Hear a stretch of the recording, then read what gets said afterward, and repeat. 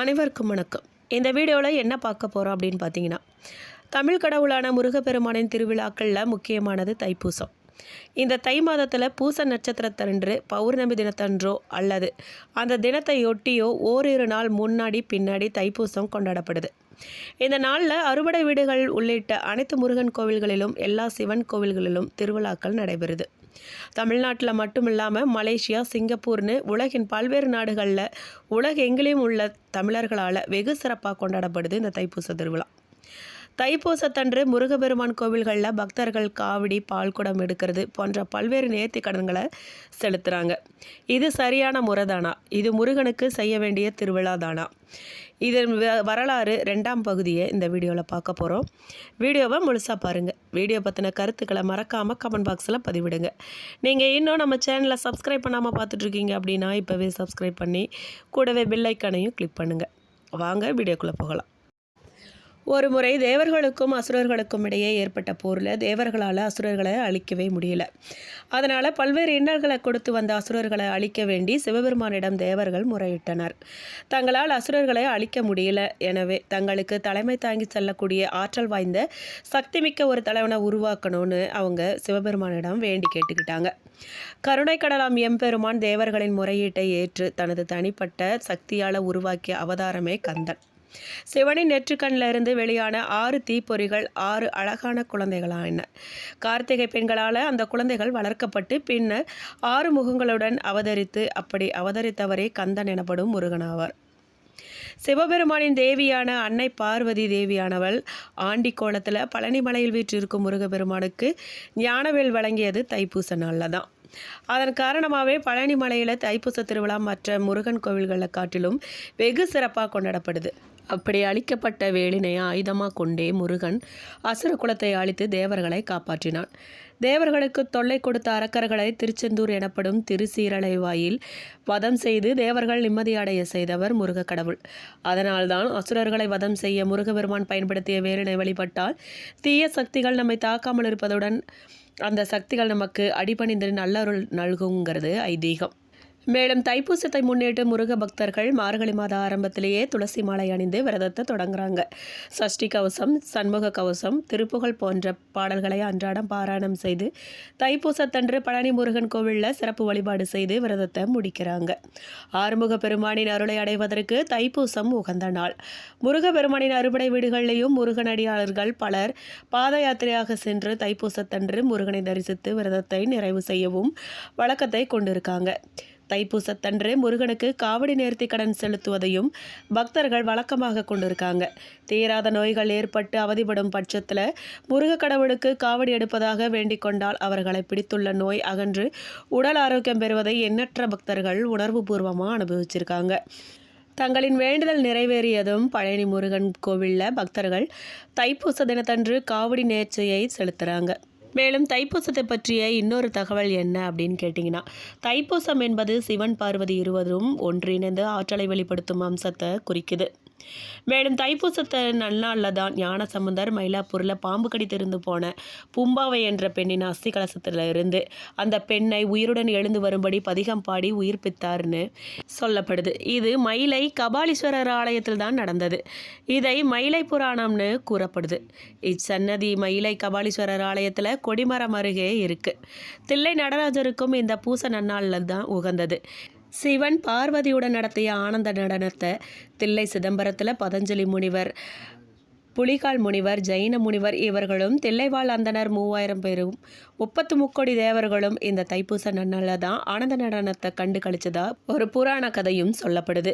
மயிலம் கோவிலில் தைப்பூசத்தன்று முருகன் தங்கமயில் வாகனத்தில் எழுந்தருளி மலை மீதிருந்து அடிவாரத்திற்கு வருகிறார். இந்த காட்சியை காண்போருக்கு மறுபிறவி இல்லைங்கிறது நம்பிக்கையாக இருந்துட்டு வருது.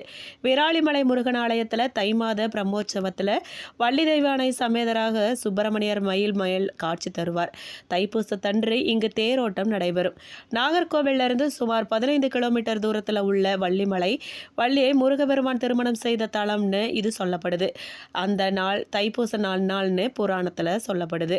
கும்பகோணத்திலிருந்து தென்கிழக்கில் 7 மைல் தூரத்தில் உள்ள திருச்சேரை திருத்தலம். இங்கு காவிரியானவள் ஸ்ரீமன் நாராயணனை நோக்கி தவம் இருந்தாள். அவள் தவத்தை போற்றி பெருமாள் அவளுக்கு காட்சி கொடுத்து அருளினார்னும் அதுவும் இந்த தைப்பூச நன்னாளில் தான் நடந்ததுன்னும் ஒரு புராண கதையும் சொல்லப்படுது. இவ்வாறு பல்வேறான புராண கதைகள் தைப்பூச திருநாளை முன்னிட்டு சொல்லப்படுது. மேலும் உலகம் முழுவதும் உள்ள முருக பக்தர்களால் கோலாகலமாக கொண்டாடப்படும் ஒரு விரத நாள் தைப்பூச திருநாள். தைப்பூச திருவிழாவின் போது ஏராளமான பக்தர்கள் பால்குடம் எடுப்பது, அலகு குத்துவது, காவடி ஏந்தி வருவது போன்ற பல்வேறு விதமான நேர்த்தி கடன்களை நிறைவேற்றுவாங்க. தைப்பூசத்தன்று முருகனுக்கு காவடி சுமந்து சென்றால் நடக்காத காரியங்கள் கூட நடந்தேறுங்கிறது பக்தர்களோட நம்பிக்கை. மேலும் கலியுகத்தின் கண்கண்ட கடவுளாக பக்தர்களால் போற்றப்படும் தமிழ் கடவுளான முருகப்பெருமானுக்குரிய மிக முக்கியமான விரதங்களில் ஒன்று தைப்பூச விரதம். தை மாதத்தில் வரும் பௌர்ணமியும் பூச நட்சத்திரமும் இணைந்து வரும் நாளையே தைப்பூச திருநாளாக கொண்டாடுறோம். முருகப்பெருமானுக்குரிய முக்கிய வேண்டுதல்களில் ஒன்று காவடி எடுக்கிறது. இந்த காவடி எடுக்கும் முறை தோன்றிய தலம் பழனி மலை. இந்த பழனி தலத்தில் மிக முக்கிய விழாவாக கொண்டாடப்படுவது தைப்பூசம். இந்த தைப்பூசத்திற்கும் பழனி மலை தலத்திற்கும் மிகப்பெரிய தொடர்பு இருக்குது. சிவபெருமானைப் போல அம்பிகையும் ஆனந்த தாண்டவம் நிகழ்த்திய நாள் தைப்பூச திருநாள்னு சொல்லலாம். தைப்பூசம் என்பது முருகப்பெருமான் அசுரர்களை வென்றதையும் பழனி மலையில் ஞானப்பழம் கிடைக்காமல் கோபித்திருந்ததையும் நினைவூட்டுவதாகவும் கொண்டாடப்படுது. இது தமிழர்களின் திருவிழான்னு சொல்லலாம். முருகப்பெருமானுக்குரிய காவடி எடுக்கும் வழக்கமும் பழனி மலை தோன்றிய தினமும் இந்த தைப்பூச திருநாளில் தான் புராணங்களில் சொல்லப்படுது.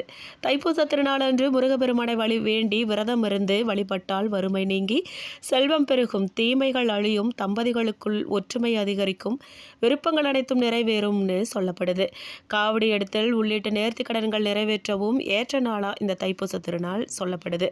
முருகப்பெருமானுக்கு மகா கந்த சஷ்டி விரதம் 48 நாட்கள் கடைபிடிப்பது போன்று தைப்பூச விரதமும் 48 நாட்கள் கடைபிடிக்கும் வழக்கம் இருந்துட்டு வருது. முருக பக்தர்கள் பலரும் 48 நாட்கள், 21 நாட்கள், 7 நாட்கள், ஒரு நாள் என பலவிதமாக விரதம் இருந்து முருகப்பெருமானை வழிபடுவாங்க. 2026ஆம் ஆண்டில் தைப்பூச திருவிழா பிப்ரவரி 1ஆம் தேதி ஞாயிற்றுக்கிழமை அன்று வருது. முருகப்பெருமானின் அருளால் துன்பங்கள் அனைத்திலும் இருந்து விடுபட வேண்டும்னு நினைக்கிறவங்க முறையான விரதத்தை மேற்கொண்டு அந்த இறைவன் அருளை பெறுங்க. மேலும் தைப்பூச விரதத்தின் போது செய்ய வேண்டியவை என்ன அப்படின்னு கேட்டிங்கன்னா, பகலில் ஒரு வேளை மட்டும் சாப்பிட்டோ அல்லது ஒரு வேளை மட்டும் சாப்பிடாமலோ விரதம் இருக்கலாம். முடியாதவங்க பால், பழம் அல்லது சைவமாக சாப்பிட்டு விரதம் இருக்கலாம்.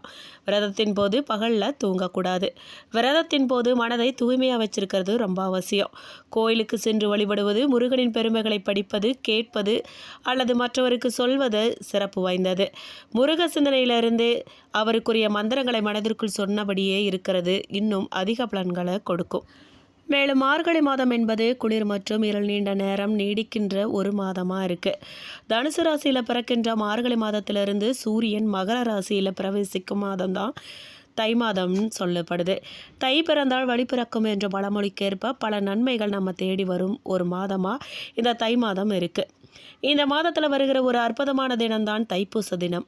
இந்த தைப்பூச தினத்தின் சிறப்புகள் மற்றும் பலன்களை பற்றி மேலும் சில விவரங்களை பார்க்கலாம் வாங்க. சூரியன் தட்சிணாயனம் எனப்படும் தனது தென் திசை நோக்கி பயணத்தை முடிச்சுக்கிட்டு உத்தராயணம் எனப்படும் வடக்கு திசையை நோக்கி தனது பயணத்தை தொடங்கும் மாதமே தை மாதம்னு சொல்லப்படுது. தை மாதம் தீமைகள் ஒழிந்து நன்மைகள் பிறக்கின்ற ஒரு மாதமாக கருதப்படுது. ஆன்மீக சிறப்புகள் பல நிறைந்த இந்த மாதத்தில் வருகிற ஒரு நல்ல நாள் தான் தைப்பூச தினம். அப்படிப்பட்ட தைப்பூச தினத்தன்று அதிகாலை எழுந்து குளித்து முடித்ததும் சிவபெருமானை மனதில் நினைத்தவாறு நெற்றியில் விபூதி பூசிக்கொண்டு ருத்ராட்சம் அணிந்து தேவாரம், திருவாசகம் போன்றவற்றை படித்து சிவபெருமானை வழிபடுவது சால சிறந்தது. தைப்பூசம் தினம் முருகப்பெருமானின் முக்கிய வழிபாட்டு தினமாக இருக்குது. இந்த தினத்தில் முருகனை வழிபட விரும்புகிறவங்க காலை முதல் மாலை வரை உணவு எதுவும் உட்கொள்ளாமல் விரதம் மேற்கொள்ள செய்யணும். அல்லது பால், பழங்கள் மட்டும் சாப்பிட்டு விரதம் மேற்கொள்ளலாம். முருகனுக்கு பால் குடம் எடுக்கிறது, காவடி சுமந்து செல்றது, அழகு குத்தி கொள்றது போன்ற நேர்த்தி கடன்களை செலுத்த விரும்புகிறவங்க செலுத்தலாம். பின்பு மாலையில் முருகன் கோயிலுக்கு சென்று முருகனுக்கு அபிஷேகம், அர்ச்சனை செய்து வழிபடலாம். தை மாதத்தில் பூசம் நட்சத்திரத்தில் வருகிற இந்த தினம் ஒரு சிறப்பான தினமாக சொல்லப்படுது. 27 நட்சத்திரங்களில் பூச நட்சத்திரத்தின் அதிதேவதையாக நவகிரகங்களில் சுபகிரகமான குரு பகவான் இருக்கிறார். தந்தையாகிய சிவபெருமானுக்கு அவரின் மகன் முருகன் பிரணவ மந்திர பொருளை உபதேசித்து சிவகுருநாதன் என்கிற பெயரை பெற்று குரு ஸ்நானம் பெற்றார். அதனை அப்படின்னு சொல்லியும் இந்த நாளுக்கான ஒரு வரலாறு சொல்லப்படுது.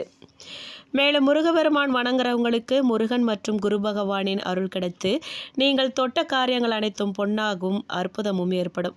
நீங்கள் திருமணம் சம்பந்த பேச்சு, புதிய தொழில்கள், வியாபார ஒப்பந்தங்கள் போன்றவற்றை இந்த தைப்பூச நன்னாளில் சிவபெருமான் முருகனை வணங்கி தொடங்கினால் அது நிச்சயமாக வெற்றி பெறும்னு சொல்லப்படுது.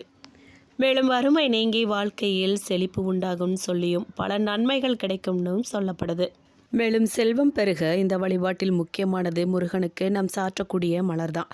ஒவ்வொரு தெய்வத்துக்கும் ஒவ்வொரு மலரும் பிடித்ததாகவும் உகந்ததாகவும் இருக்கும். அந்த வகையில் முருகபெருமானுக்கு உகந்த மலராக செவ்வரளியே இருக்குது.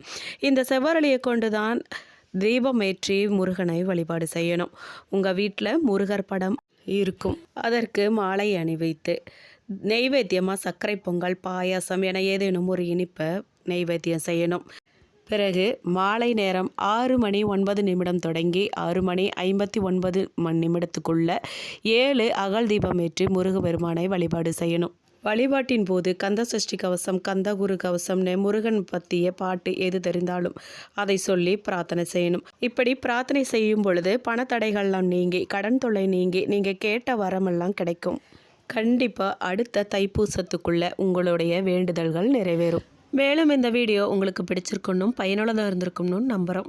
வீடியோ பற்றின கருத்துக்களை மறக்காமல் கமெண்ட் பாக்ஸில் பதிவிடுங்க.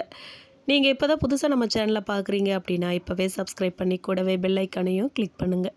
நன்றி.